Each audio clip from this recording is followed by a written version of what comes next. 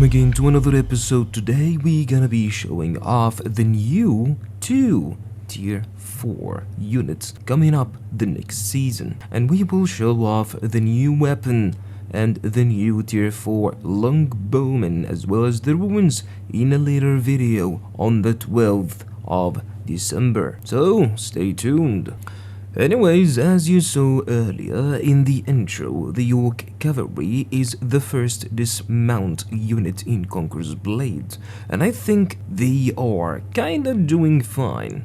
So during this BTR, their cavalry version is really horrible, and I wish they changed that. I mean, look at this weenie charge, or the bugged cover commander. But on the other hand, their infantry form is really good. You can go into their infantry form as soon as you press the skill number 1. They will jump in the air off their horses and make a slam dunk on the enemy. Yes, that's true, the jump deals damage and the range is actually good, and to be honest, it also looks cool.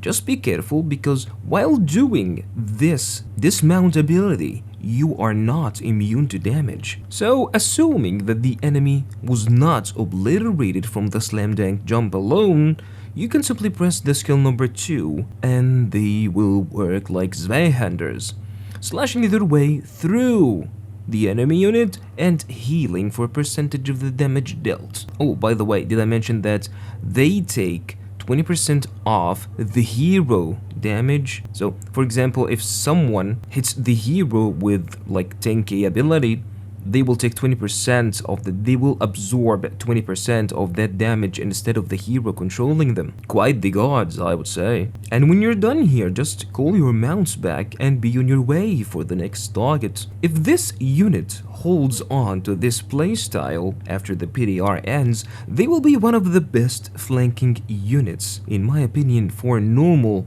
games. Maybe even some ranked ones. They will work like Zweihanders home delivery services, if you know what I mean. You will keep controlling them as cavalry till you see a chance, and then you flank the enemy, slam dunk them, slash your way through, and that's it. That's their playstyle. Now let's move to the Lancastrian Billmen. First of all, their first skill is not a typical brace, so focus really well here. This skill must be only used versus charges.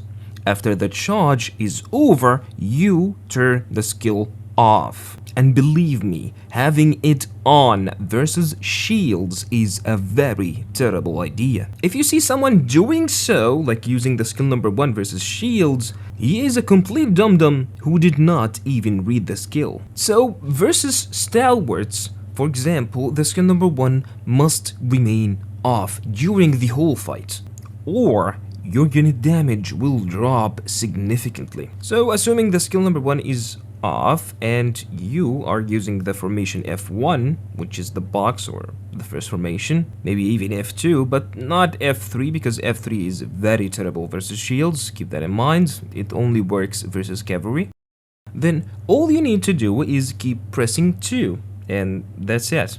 Remember, your unit heal after attacking a bleeding unit. And guess what? All shields have the doctrine of the bleeding. Even if they don't, the Lancastrian Billmen have an effect where if they are attacked, the unit attacking them will bleed. It's a trait in their armor. So either way, your target will probably be bleeding. For people who played BOS or Blood of Steel, this first skill will look familiar. But for those who did not, this is the skill number 1, which is good versus cavalry and charges, either from cavalry or infantry. You will see the skill number 1 off, which offers you maximum damage versus shields and all other units that are not charging. Also, there's a little note here that I want to add. So, the skill number 1, when it's on, it will convert the skill number 2 into an area of effect,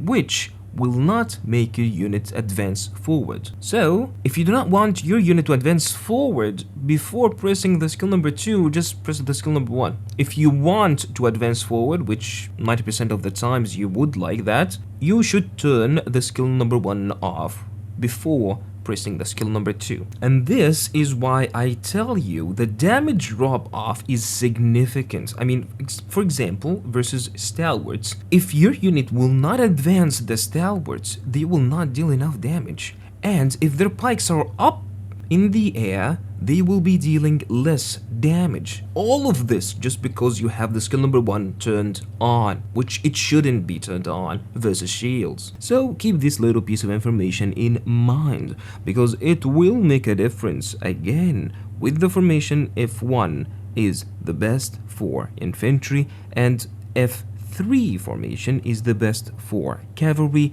and F2 is a hybrid between both, especially if you can trap a unit within the unit formation with it. Last but not least, this Christmas you should find some really lucrative bundles in the shop, so do not miss them out. They are at a really good price. And that was it. See you soon in the battlefield, warlords.